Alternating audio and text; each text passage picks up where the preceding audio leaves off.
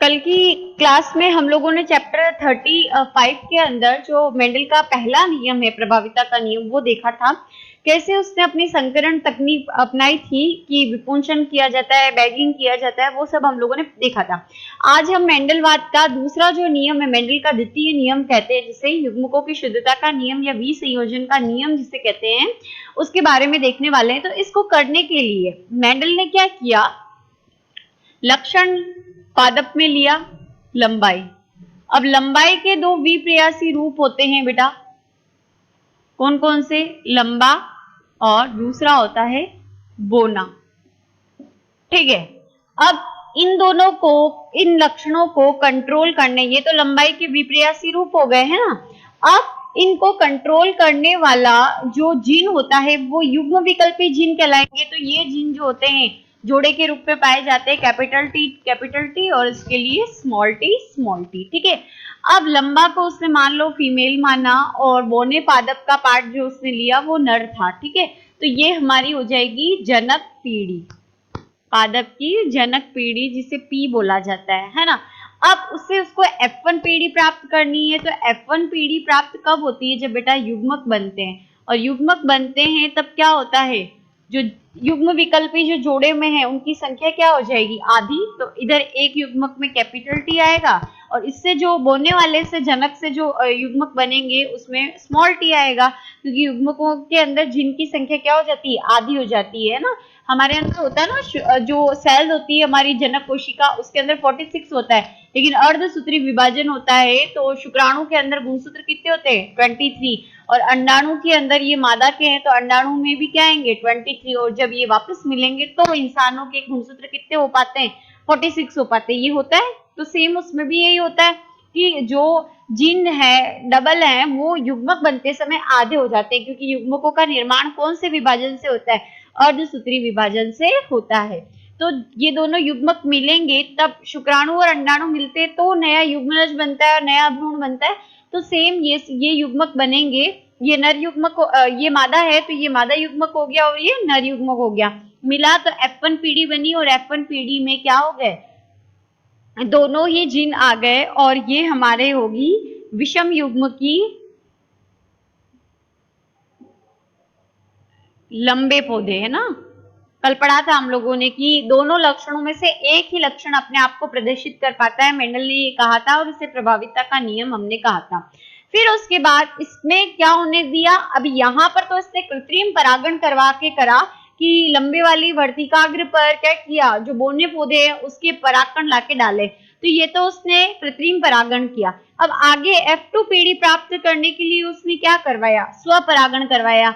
पौधा जो है मटर का वो द्विलिंगी होता है ना, नर और मादा भाग एक ही में होता है, तो स्वपरागण होगा, ऑब्वियस सी बात है ना। तो स्वपरागण करवाया उसने, है ना। तो स्वपरागण में क्या होगा, जैसे नर के अंदर भी क्या होगा, capital T small T gene पाया जाएगा, है ना, और जो मादा वाला भाग ले रहे हैं उसके अंदर भी स्मॉल टी और कैपिटल टी। अब जो जीन बनेंगे वो कितने होंगे, अलग अलग हो जाएंगे, युग्मक बनेंगे तो युग्मक बनते समय ये जो जीन है वो पृथक हो जाएंगे, तो यहाँ पर कैपिटल टी अलग जाएगा, स्मॉल टी अलग चला जाएगा। तो चार जीन, दो जीन उपस्थित है, तो चार तरीके के हमारे पास क्या बन गए, जीन बन गए। अब F2 पीढ़ी प्राप्त करने के लिए उसने क्या किया, इस कैपिटल टी और इस स्मॉल टी को इधर डाल दिया, इस कैपिटल टी और इस स्मॉल टी को इधर डाल दिया, इसको माना उसने नर भाग, मादा भाग, और इसको डाला उसने नर भाग। तो यहाँ पर उसने फीमेल लिख लिया और इसके लिए इसने नर लिख लिया। अब इसको क्रॉस करवाते हैं, तो इसको टी को इस टी से क्रॉस करवाएंगे तो क्या आएगा, कैपिटल टी। अब इस टी को वापस इससे क्रॉस करवाया तो क्या आ गया, कैपिटल टी स्मॉल टी, हो गया ये। अब ये वाला टी कंप्लीट हो गया। अब इस टी की बात करते हैं, इसको पहले इससे क्रॉस करवाएंगे तो क्या हो जाएगा, कैपिटल टी और बाद में स्मॉल टी। जो प्रभावी लक्षण होता है, प्रभावी यहाँ पर क्या है, लंबा, तो इसका जीन जो है वो पहले आएगा, तो कैपिटल टी स्मॉल टी। यहाँ पर देखो स्मॉल टी और स्मॉल टी, समझ आ गया। तो इस तरीके से उसने क्रॉस करवाया और ये उसने क्या प्राप्त की, F2 पीढ़ी प्राप्त की। ठीक है, ये उसकी F2 पीढ़ी प्राप्त हुई, है ना मेंडल को। अब उसके बाद इसने इसका लक्षण प्रारूप और जीन प्रारूप लिखा। लक्षण प्रारूप क्या होता है? लक्षण प्रारूप यानी बाह्य की प्रतीति, बाहर से कैसा दिख रहा है, लंबा दिख रहा है, बौना दिख रहा है। तो जहां पर भी कैपिटल टी आ जाएगा, क्योंकि ये प्रभावी है लक्षण और ये अप्रभावी है, तो जब भी क्या होगा, प्रभावी लक्षण होगा, तो ये प्रभावी लक्षण ही खुद को प्रदर्शित करेगा अगर प्रभावी जीन उपस्थित है। तो यहाँ कैपिटल टी तो ये कैसा हो गया, लंबा। ठीक है, ये कैसा है, कैपिटल टी स्मॉल टी दोनों है, लेकिन ये प्रभावी, इसलिए ये भी कैसा हो गया, लंबा। फिर ये भी लंबा और ये कैसा हो गया, बोना हो गया। ठीक है, तो यहां पर लक्षण प्रारूप में लंबे कितने हैं, 3। ठीक, और बोना कितना है, 1। तो लक्षण प्रारूप कितना आ गया, 3:1। फिर आता है जीन प्रारूप। जीन प्रारूप में हम लोग लंबे और बोने के साथ साथ ये भी देखते हैं कि समयुग्म की अवस्था में या विषम युग्म की अवस्था में जीन अगर समान है, कैपिटल टी, स्मॉल टी, तो ये कंडीशन क्या कहलाती है, समयुग्म की अवस्था कहलाती है। लेकिन अगर अलग अलग है तो विषम युग्म की अवस्था कहलाती है। अब देखो यहाँ पर ये लंबा है लेकिन दोनों जीन क्या है, समान, तो कैसे हो गया, समयुग्म की। ये लंबा है लेकिन दोनों जीन कैसे हैं, अलग अलग है, कैपिटल है, स्मॉल है, तो ये कैसा हो गया, विषम युग्म की, है ना।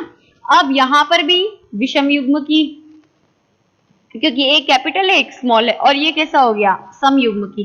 तो अगर हम इसका जीन प्रारूप लिखते हैं तो लंबा और समयुग्म की कितना है टोटल, ये 1 यहाँ पर है और इसके अलावा ये लंबा है लेकिन ये विषम युग्म की है, तो 1 लिख देंगे। लंबा और विषम युग्म की टोटल कितने हैं, 2, तो कितना लिख दिया, 2।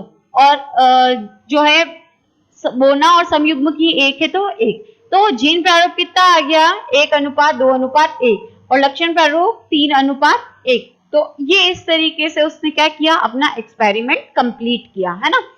अब बात करते हैं युग्मकों की शुद्धता का नियम या विसंयोजन का नियम क्या कहता है। इस नियम के आधार पर, यानी ये प्रैक्टिकल उसने करा, तब उसने पाया कि F1 पीढ़ी के अंदर सारे के सारे पौधे जो थे, यानी जब समयुग्म के जनकों को उसने क्रॉस करवाया, संकरण करवाया इनके बीच में, है ना, तो विषम युग्म की F1 पीढ़ी प्राप्त हुई, है ना। तो विषम युग्म की F1 पीढ़ी प्राप्त हुई और ये सारे के सारे कैसे थे, लंबे थे, यानी यहाँ पर जो जनक पीढ़ी है उसका बोना वाला लक्षण प्रदर्शित नहीं हुआ। लेकिन फिर इस F1 पीढ़ी में उसने क्या करवा दिया, स्वपरागण करवा दिया, है ना। तो उसने पाया कि वापस से कौन से लक्षण आ गए, जो बोने वाला लक्षण है, यानी जो अप्रभावी लक्षण है जनक का, वो वापस क्या हो गया, प्रदर्शित हो गया, किसमें, F2 पीढ़ी में, है ना। तो इसके आधार पर उसने क्या कंक्लूजन निकाला, उसने ये कहा कि जब F1 पीढ़ी प्राप्त होती है तो F1 पीढ़ी विषम युग्म की होती है। दोनों जो युग्म विकल्पी जीन है वो साथ में उपस्थित होते हैं, लेकिन वो एक दूसरे में मिक्स नहीं होते, साथ में है लेकिन दोनों अलग अलग है। इसीलिए कहा जाता है युग्मकों की शुद्धता का नियम। आ रही बात समझ में कि जब भी युग्मक बनते हैं तो ये जीन अलग अलग चले जाते हैं, जब ये F1 पीढ़ी में है जीन वापस पास में आ जाते हैं लेकिन एक दूसरे में मिक्स नहीं होते हैं। आगे बात समझ में, एक दूसरे में ये जीन मिक्स नहीं होते हैं।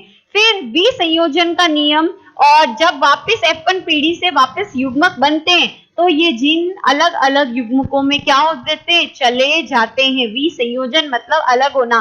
तो F1 पीढ़ी में जो जीन साथ में उपस्थित है, इनसे F1 पीढ़ी से वापस जब जीन बने, युग्मक बनेंगे, तो ये जीन जो होते हैं वो अलग अलग युग्मकों में चले जाते हैं। आ रही बात समझ में। तो युग्मकों की शुद्धता का नियम ये कहा जाता है कि भाई F1 पीढ़ी में दोनों युग्म विकल्पी साथ में उपस्थित होते हैं, दोनों युग्म विकल्पी जीन कैपिटल टी और स्मॉल टी दोनों ही साथ में उपस्थित होते हैं, ये एक दूसरे में मिक्स नहीं होते, इसीलिए ऐसे युग्मकों की शुद्धता का नियम कहा जाता है। और विसंयोजन का नियम इसलिए कह रहे हैं क्योंकि F1 पीढ़ी से वापस जब युग्मक बनते हैं तो दोनों युग्म विकल्पी अलग अलग युग्मकों में चले जाते हैं। जो आप देख रहे हो कि यहाँ पर ये दोनों साथ में थे लेकिन ये अलग युग्मक में चला गया और ये अलग युग्मक में चला गया, ठीक है।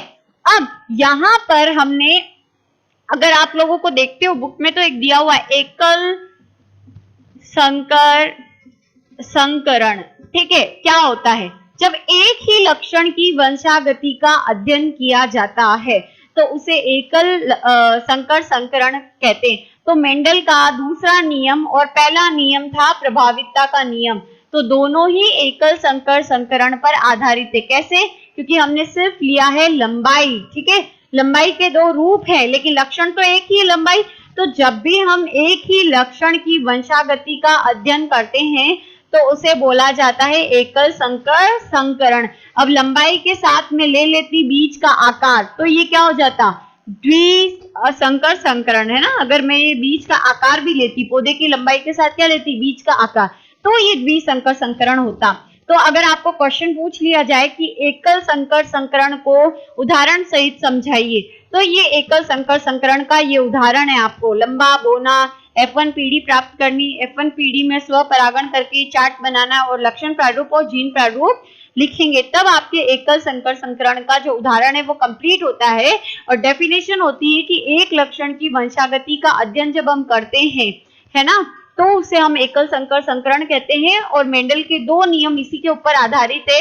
वो कौन कौन से, पहला है प्रभाविता का नियम और दूसरा है युग्मकों की शुद्धता का नियम। आ रही बात समझ में? तो ये आपका दूसरा कंप्लीट होता है। और तीसरा हम जो नियम है वो हम लोग कल पढ़ेंगे।